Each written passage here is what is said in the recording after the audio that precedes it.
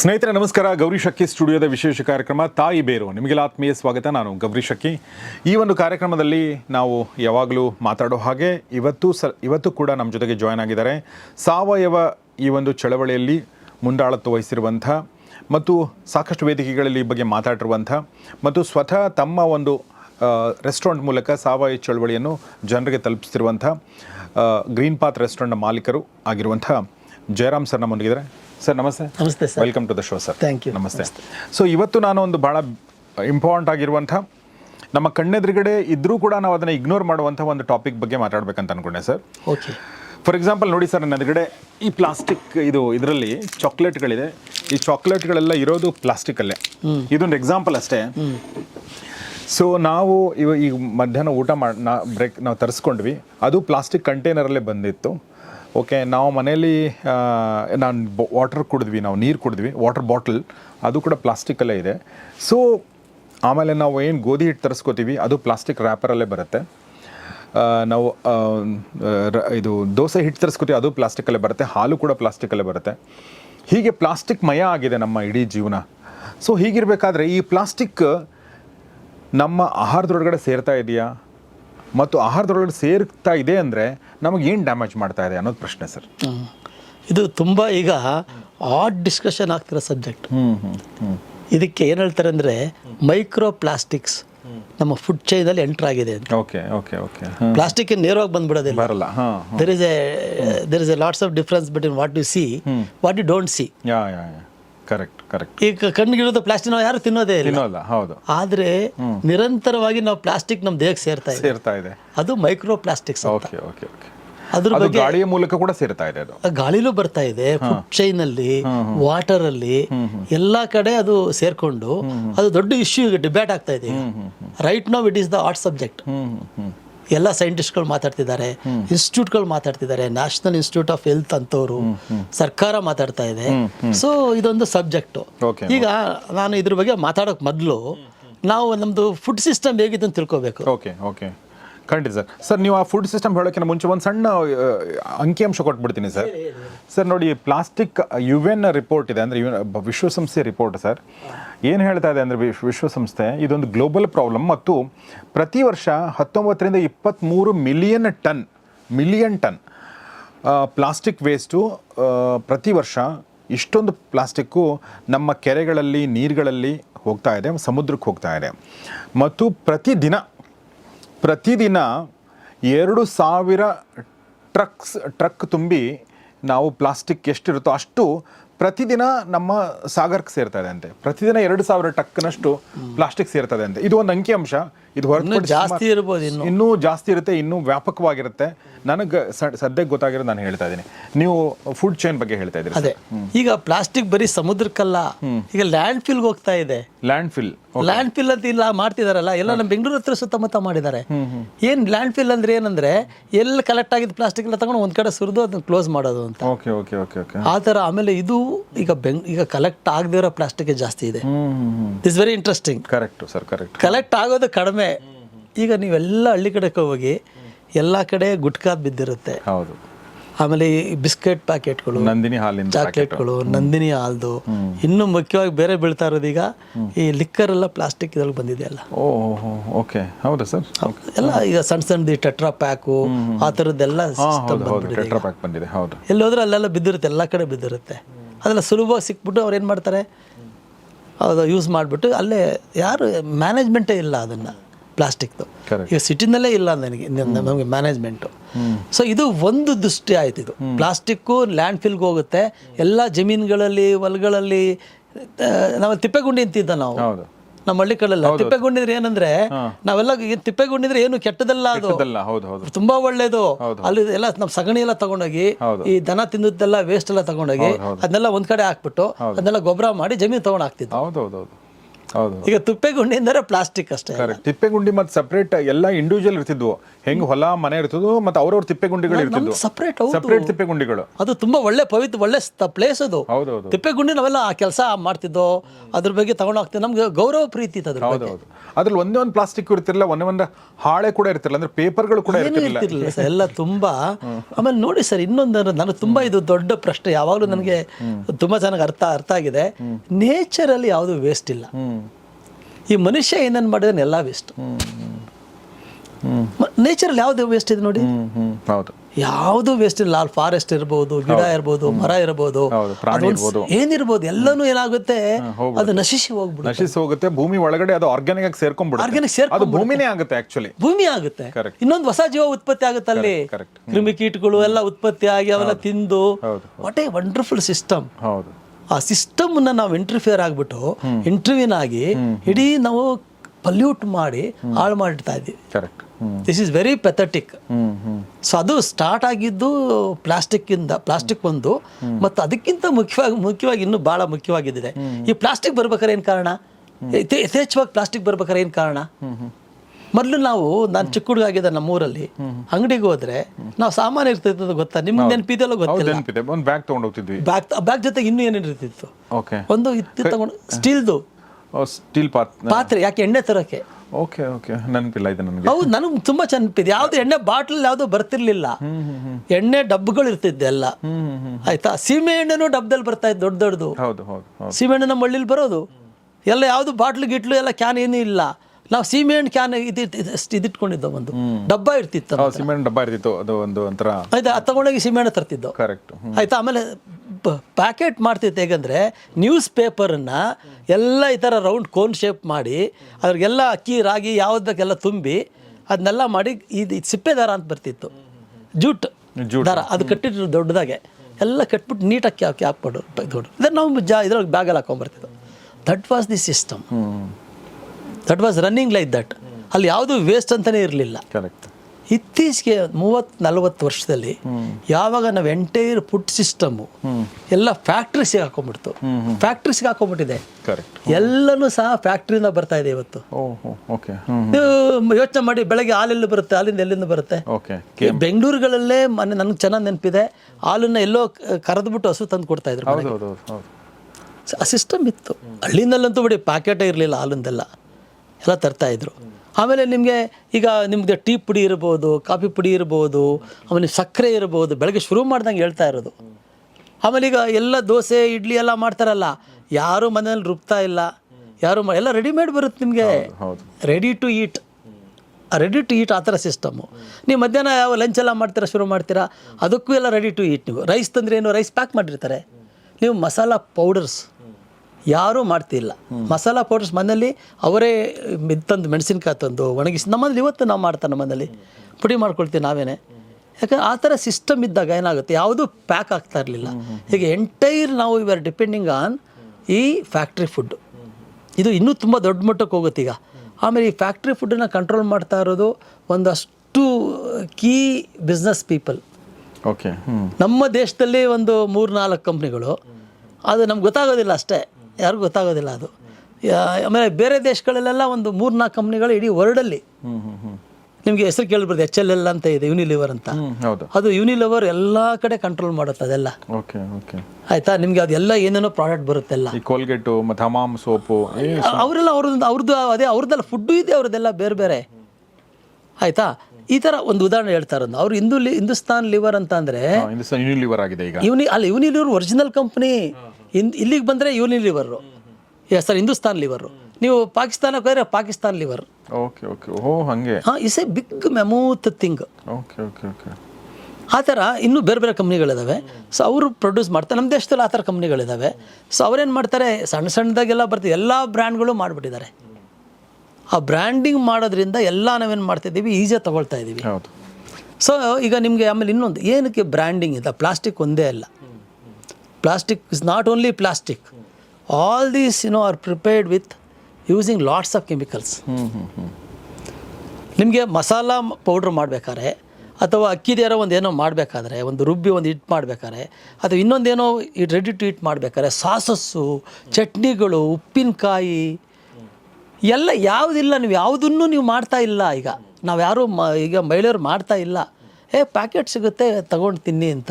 Ginger paste ಕೂಡ ಸಿಗುತ್ತೆ ಈಗ. ಜಿಂಜರ್ ಪೇಸ್ಟು, ಹುಣಸೆ ಹಣ್ಣು ಹುಳಿ, ರೆಡಿ ಟು ಇದು ಅಲ್ಲ, ಹುಣಸೆ ಹಣ್ಣು ಕಲಸಿ ನಾವು ಹುಡಿ ನಿಮ್ಮ ಇದು ಟೊಮೊಟೊ ಇದು ಪೇಸ್ಟ್ಗಳು, ನಿಮ್ಗೆ ಯಾವುದಿಲ್ಲ ಹೇಳಿ ನೀವು, ಎಲ್ಲನೂ ರೆಡಿ ಟು ಕುಕ್, ಈಸಿ ಮಾಡೋಕ್ಕೆ ಮಾಡಿದ್ದಾರೆ. ಅದು ಅವರೇ ನಮ್ಗೆ ಈಸಿ ಮಾಡೋಕ್ಕೆ ಮಾಡ್ತಿಲ್ಲ, ಅವರು ಲಾಭ ದೃಷ್ಟಿಯಿಂದ ಮಾಡ್ತಾ ಇರೋದು.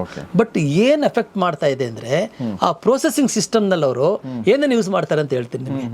ಫಸ್ಟು ಅದಕ್ಕೆ ಅದು ಹೆಚ್ಚಿಗೆ ದಿನ ಉಳಿಬೇಕಾದ್ರೆ ಯಾವುದೇ ಒಂದು ಪ್ರಾಡಕ್ಟು ಅದಕ್ಕೆ ಪ್ರಿಸರ್ವೇಟಿವ್ಸ್ ಬೇಕು.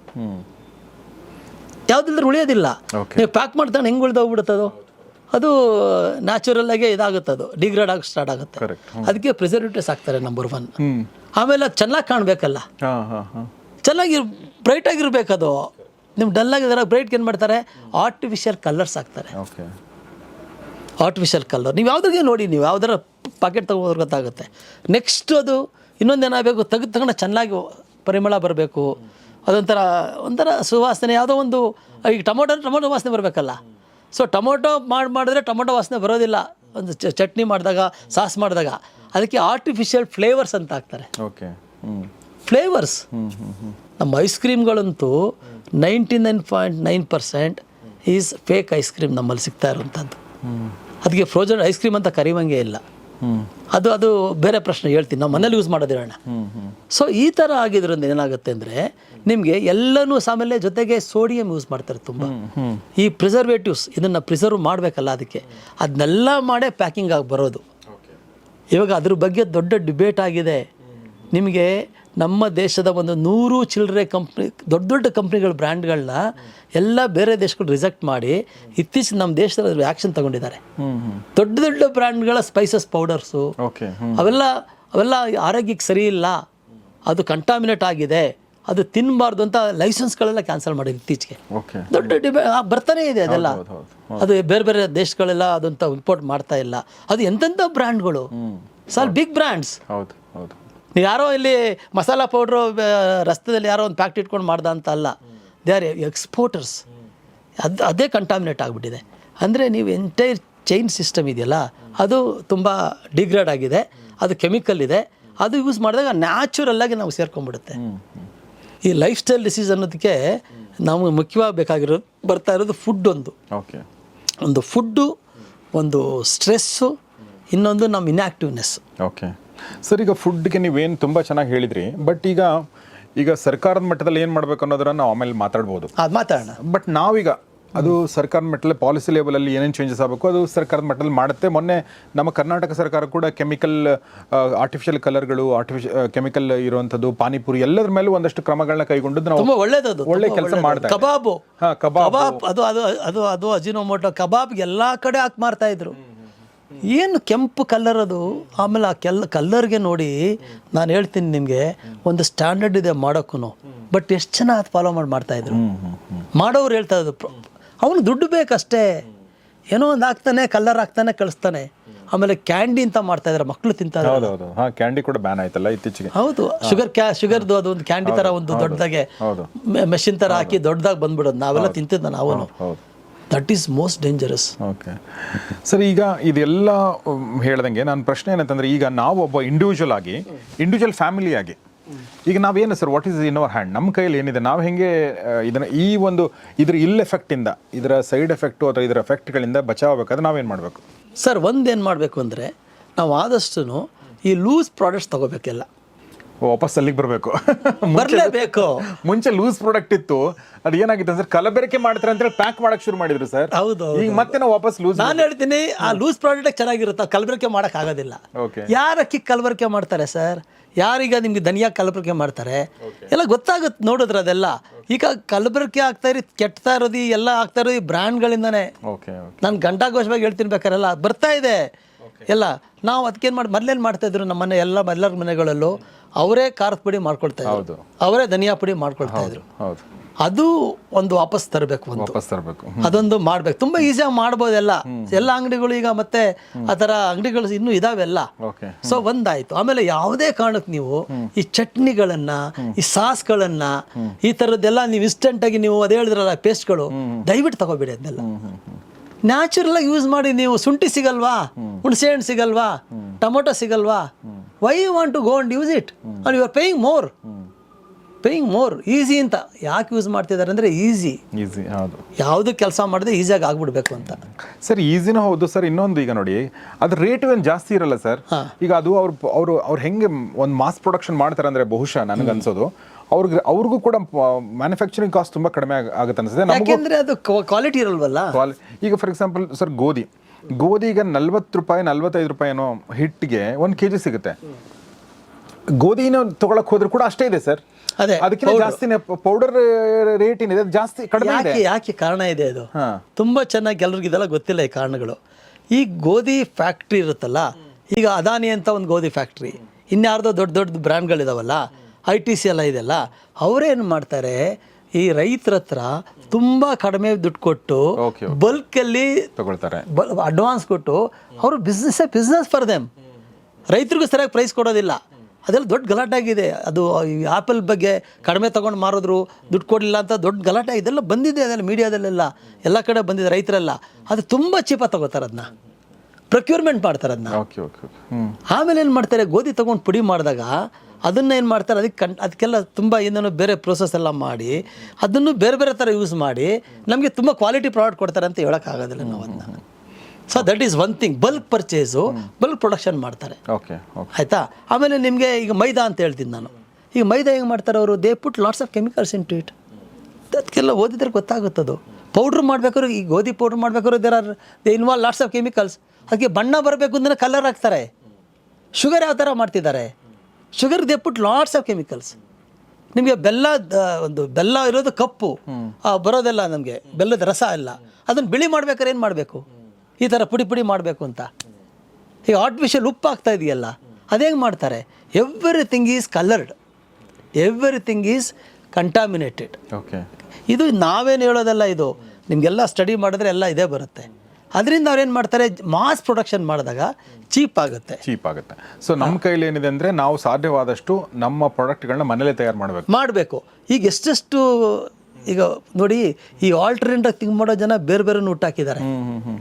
ಈಗ ಎಣ್ಣೆ refined oil is most dangerous 100%. ಅದು ಪ್ರೂವ್ ಆಗಿದೆ. ಅದೆಲ್ಲ ರಿಫೈನ್ಡ್ ಆಯಿಲಲ್ಲಿ ಏನೋ ಪ್ರಾಬ್ಲಮ್ ಇದೆ, ಅದ್ರ ಬಗ್ಗೆ ಆರ್ಗ್ಯೂ ಮಾಡೋಕ್ಕೆ 108 ವಿಷಯಗಳಿದ್ದಾವೆ.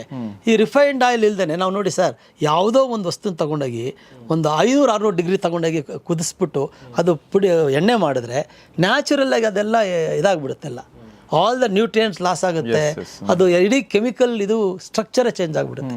ಕೆಮಿಕಲ್ ಅಂದರೆ ನಾನು ಟಾಕಿಂಗ್ ಅಬೌಟ್ ಮಾಲಿಕ್ಯೂಲ್ ಕೆಮಿಕಲ್ಸ್ ಇರುತ್ತೆ. ಅದು ಒಂದು ಕೆಮಿಕಲ್. ನಮ್ಮಲ್ಲೆಲ್ಲ ಅದಕ್ಕೆ ಸಿಸ್ಟಮ್ ಅಂತ ಇದೆಯಲ್ಲ, ಆ ಸಿಸ್ಟಮೇ ಕೊಲ್ಯಾಪ್ಸ್ ಆಗಿಬಿಡುತ್ತೆ. ಸೊ ಅದಕ್ಕೇನು ಬಂದಿದೆ ಅಂದರೆ, ಈಗ ನಿಮ್ಮ ಮನೆಯಲ್ಲೇ ಎಣ್ಣೆ ಮಿಕ್ಸಿ ಥರ ಎಣ್ಣೆ ಮಾಡ್ಕೊಳ್ಳೋಂಥ ಕೋಲ್ಡ್ ಪ್ರೆಸ್ ಮೆಷಿನ್ಸ್ ಬಂದಿದೆ. ನೀವು ಕಡಲೆ ಬೀಜ ಹಾಕಿದ್ರೆ ಎಣ್ಣೆ ಬರುತ್ತೆ. ನೀವು ಕಡಲೆ ಬೀಜ ತಗೊಬನ್ನಿ. ಈ ಬೆಂಗಳೂರಲ್ಲಿ ಒಂದೊಂದು ನಡೀತಾ ಇದೆ ಕೆಲವು ಕಡೆ. ಇದು ನಾವು ಇತ್ತೀಚೆಗೆ ಇನ್ನೊಬ್ರು ಹೇಳಿದ್ರು, ನೀವು ಒಂದು ಅಂಗಡಿಗೆ ಹೋಗ್ತೀರಾ, ಮಸಾಲ ಪುಡಿಗಳೆಲ್ಲ ನೀವು ಇದೆಲ್ಲ ತಗೊಳ್ತೀರಾ, ಎಲ್ಲ ಸಾಮಾನುಗಳೆಲ್ಲ ಅಲ್ಲೇ ಪುಡಿ ಮಾಡಿಕೊಡ್ತಾರೆ. ಅದಿದೆ. ಆಮೇಲೆ ಎಣ್ಣೆ ತಗೊಂಡೋಗಿ ನೀವು ಕಡಲೆ ಬೀಜ ತಗೊಂಡು ಕೊಡ್ತೀರಾ, ತೆಂಗಿನಕಾಯಿ ಕೊಡ್ತೀರಾ, ಕೊಬ್ಬರಿ ಕೊಡ್ತೀರಾ, ಎಣ್ಣೆ ಮಾಡಿಕೊಡ್ತಿದ್ದಾರೆ. ಹೌದು, ಅಂತರ ಸುಮಾರು ಇದೆ ಬಿಡಿ, ಇದಾವಲ್ವಾ. ಎದುರುಗಡೆನೆ ಪ್ರೊಡಕ್ಷನ್ ಮಾಡ್ತಾರೆ. ಈಗ ಸಪ್ತಮ್ ಅಂತ ನಮ್ಮ ಬನಶಂಕರಿನಲ್ಲಿ ಇದೆ, ಅವ್ರು ನಮ್ಮ ಎದುರುಗಡೆನೆ ಪ್ರೊಡಕ್ಷನ್ ಮಾಡ್ತಾರೆ, ನಮ್ಮ ಎದುರುಗಡೆನೆ ಕೊಡ್ತಾರೆ. ನಮ್ಮ ಅಂಗಡಿದಲ್ಲಿ ನಾವು ಇಟ್ಟಿದ್ದೀವಲ್ಲ, ನಿಮ್ಮ ಇದರಲ್ಲೂ ಇಟ್ಟಿದ್ದೀವಲ್ಲ, ಆ ಥರ ಎಲ್ಲ ಇಟ್ಟಿದ್ದೀವಿ. ಆಮೇಲೆ ನಾವೇ ಪುಡಿ ಮಾಡ್ತಾ ಇದೀವಿ. ನಮ್ಮ ಮಿಷಿನಲ್ಲೇ ಯಾವುದೇ ಕೆಮಿಕಲ್ ಹಾಕ್ತೆ ನಮ್ಮ ಎರೋ ಆರ್ಗ್ಯಾನಿಕ್ ಸ್ಟೋರ್ನಲ್ಲಿ ನಾವು ಅದನ್ನು ಖಂಡಿತ ಚೆನ್ನಾಗಿ ತುಂಬ ಅದು ಓಪನ್ ಮಾಡಿದ್ರೆ ಪರಿಮಳನೇ ಬೇರೆ ಇರುತ್ತೆ. ನೀವು ಯಾವುದೇ ಪ್ಯಾಕ್ ಮಾಡಿದ್ರು ಅಷ್ಟು ಪರಿಮಳ, ಅಷ್ಟು ರುಚಿ ಬರೋದೇ ಇಲ್ಲ. ಬಂದು ಕೇಳಿ ತಗೊಂಡು ಹೋಗ್ತಾರೆ ನಮ್ಮಲ್ಲಿ. ಆ ರೀತಿ ಇದೆ. ಆ ಥರದ್ದು ತುಂಬ ಈಗ ಸಿಸ್ಟಮ್ಸ್ಗಳು ಬಂದಿದೆ. ಇದು ಯಾವಾಗ ಬಂತು, ಯಾಕೆ ಬಂತು ಅಂದರೆ, ನೋಡಿ, ನಾವೆಲ್ಲ ಇಷ್ಟು ವರ್ಷಗಳ ಚಳವಳಿ ಮಾಡ್ಕೊಂಡು ಬಂದಿರೋದಕ್ಕೆ, ಈ ಅವೇರ್ನೆಸ್ ಕ್ರಿಯೇಟ್ ಮಾಡೋಕೆ ಬರ್ತಾ ಇದೆ. ನಾವು ಮತ್ತೆ ಇದನ್ನು ಕ್ರಿಯೇಟ್ ಮಾಡಬೇಕು. Go back original, back to basics, ತಾಯಿ ಬೇರು ವಾಪಸ್ ಹೋಗ್ಬೇಕು ಸರ್. ಮಾಡಿ ಸುಲಭಕ್ಕೆ ಮಾಡ್ಬೋದು ಅದನ್ನು. ಆಮೇಲೆ ಎಣ್ಣೆ ಮಾಡೋದು ತುಂಬ ಸುಲಭದ ಮಿಷನ್. ಅದು 17,000 ಮಾಡ್ತಾ ಅದು ಕಡಿಮೆ ಆಗ್ಬೋದು. ಆಯಿತಾ.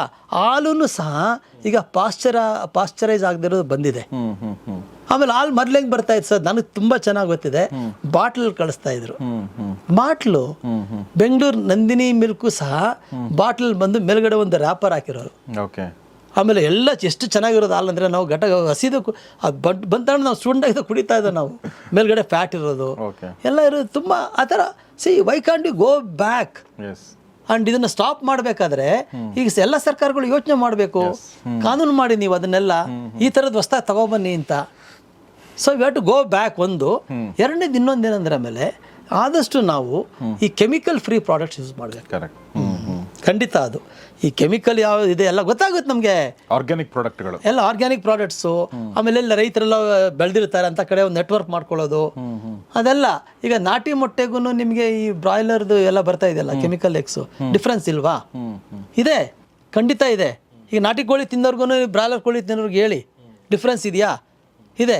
ರಾಗಿ ಮುದ್ದೆಗೂ ಪಿಜ್ಜಾಗೂ ಡಿಫ್ರೆನ್ಸ್ ಇದೆಯಾ? ಅಫ್ಕೋರ್ಸ್ ಇದೆಯಾ ಸರ್? ರೊಟ್ಟಿ ಜೋಳದ ರೊಟ್ಟಿಗೂ ಇನ್ನೊಂದು ಯಾವುದೋ ನೀವು ಮಸಾಲೆ ದೋಸೆ ತಿನ್ನೋದಕ್ಕೂ ದರ್ ಇಸ್ ಎ ಡಿಫ್ರೆನ್ಸ್. ನಮ್ಮ ಮಸಾಲೆ ದೋಸೆ ನಮ್ದೇನೆ, but that is over processed. Correct. Over processed. ಆ ಓವರ್ ಪ್ರೊಸೆಸ್ನ ನಿಲ್ಲಿಸ್ಬೇಕು ನಾವು. ಕರೆಕ್ಟ್. ಇದನ್ನು ನಾನು ಹೇಳ್ತಿದ್ದೀನಿ. ಅದಕ್ಕೆ ಹೇಳ್ತಾ ಇರೋದು ಯಾವಾಗಲೂ ನೀವು ಒರಿಜಿನಲ್ ಫುಡ್ ತಿನ್ನಿ. ಈ ಎಲ್ಲ ಫೇಕ್ ವರ್ಸಸ್ ಒರಿಜಿನಲ್ಲು, ಆ ಥರದ್ದೊಂದು ಯೋಚನೆ ಬರಬೇಕು ನಮಗೆ. ಸೊ ದಟ್ಸ್ ತುಂಬ ಚೆನ್ನಾಗಿತ್ತು ಸರ್. ಸೊ ಸರ್ ಹೇಳೋದು ತುಂಬ ಅಥೆಂಟಿಕ್ ಆಗಿರುತ್ತೆ, ಯಾಕಂದರೆ ಅವರು ಅದೇ ಚಳವಳಿಯಲ್ಲಿ ಇದ್ದಾರೆ. ಮತ್ತು ನಾವೇನು ಈಗ ಆರ್ಗ್ಯಾನಿಕ್ ಪ್ರಾಡಕ್ಟ್ ಅಂದ್ವಿ, ಆ ಆರ್ಗ್ಯಾನಿಕ್ ಪ್ರಾಡಕ್ಟ್ಗೆ ಸಂಬಂಧಪಟ್ಟಂತಲೇ ಒಂದು ಸ್ಟೋರ್ ನಡೆಸ್ತಾ ಇದ್ದಾರೆ. ಗ್ರೀನ್ ಪಾತ್ ರೆಸ್ಟೋರೆಂಟಲ್ಲಿ ನೀವು ಒಳಗಡೆ ಹೋದರೆ, ಗ್ರೀನ್ ಪಾತ್ ಅನ್ನೋದು ಬರೀ ರೆಸ್ಟೋರೆಂಟ್ ಅಲ್ಲ, ಅದು ಒಂದು ಆರ್ಗ್ಯಾನಿಕ್ ಸ್ಟೋರ್ ಕೂಡ. ನೀವು ಒಳಗಡೆ ಹೋದರೆ ನಿಮಗೆ ಬೆಲ್ಲ, ತುಪ್ಪ ಹಿಡ್ಕೊಂಡು, ನಿಮಗೆ ಕಾಳುಗಳು ಹಿಡ್ಕೊಂಡು ಎಲ್ಲವೂ ಕೂಡ ಆರ್ಗ್ಯಾನಿಕ್ ಆಗಿರುವಂಥ ಒರಿಜಿನಲ್ ಆಗಿರುವಂಥ ಪದಾರ್ಥಗಳಲ್ಲಿ ಸಿಗ್ತವೆ. ಹೀಗಾಗಿ ಅಲ್ಲಿ ನೀವು ಹೋಗಿ ತೊಗೋಬೋದು, ಅಥವಾ ಬೇರೆ ಕಡೆ ಆದರೂ ಹೋಗಿ ತೊಗೊಳ್ಳಿ. ಒಟ್ಟಿನಲ್ಲಿ ಆರ್ಗ್ಯಾನಿಕ್ ಪ್ರಾಡಕ್ಟ್ಗಳನ್ನ ತೊಗೊಳ್ಳಿ ಮತ್ತು ಮನೇಲೇ ಸಾಧ್ಯವಾದಷ್ಟು ನಿಮ್ಮ ಫುಡ್ಗಳನ್ನ ತಯಾರು ಮಾಡ್ಕೊಳ್ಳಿ ಅಂತ ಸರ್ ಏನು ಹೇಳಿದರು. ಭಾಳ ಒಳ್ಳೆ ವಿಚಾರಗಳು ಸರ್. ತುಂಬ ಥ್ಯಾಂಕ್ಸ್ ನಿಮಗೆ. Thank you sir. ನಮ್ಮ ಇಷ್ಟೊತ್ತು ಮಾತಾಡಿದ್ರಿ ವಿಚಾರಗಳನ್ನ ಹೇಳಿದ್ದಕ್ಕಾಗಿ. ಸೊ ಇದು ನಿಧಾನವಾಗಿ ನಡೆಯುವಂಥ ಚಳುವಳಿ, ಬಟ್ ಖಂಡಿತ ಇದು ಹೋಗ್ಬೇಕು ಮುಂದೆ ಅನ್ನೋದು ಒಂದು. ಎರಡನೇದು ಹೋಗುತ್ತೆ. ಆಮೇಲೆ ಸರ್ ಹೇಳಿದ್ದು ಎಲ್ಲ ಲೂಸ್ ಪ್ರಾಡಕ್ಟ್, ಮುಂಚೆ ಬರ್ತಿದ್ದಿದೆ ಲೂಸ್ ಪ್ರಾಡಕ್ಟ್ ನೋಡಿ. ಸೊ ಅವಾಗ ನಾವು ಏನು ಮಾಡಬೇಕಾಗಿದೆ ಅಂದರೆ ಲೂಸ್ ಪ್ರಾಡಕ್ಟನ್ನು ಇಟ್ಕೊಂಡು ಕೂಡ ಅದನ್ನು ಹೆಂಗೆ ಅದರಲ್ಲಿ ಯಾವುದು ಕಂಟ್ಯಾಮಿನೇಟ್ ಆಗದೆ ಇರೋಂಗೆ ಹೆಂಗೆ ಮಾಡೋದು ಅನ್ನೋದನ್ನು ಸರ್ಕಾರ ಯೋಚನೆ ಮಾಡಬೇಕು. ಯಾಕೆಂತಂದರೆ ಹಳೆದೇನೋ ಚೆನ್ನಾಗಿಲ್ಲ ಅಂತ ಹೊಸದಕ್ಕೆ ಬಂದ್ವಿ, ಹೊಸದು ಚೆನ್ನಾಗಿಲ್ಲ ಅಂತಂದಾಗ ಈ ಹಳೆದಕ್ಕೆ ಹೋಗ್ಬೇಕು ಅನ್ಕೋತಾ ಇದ್ದೀವಿ.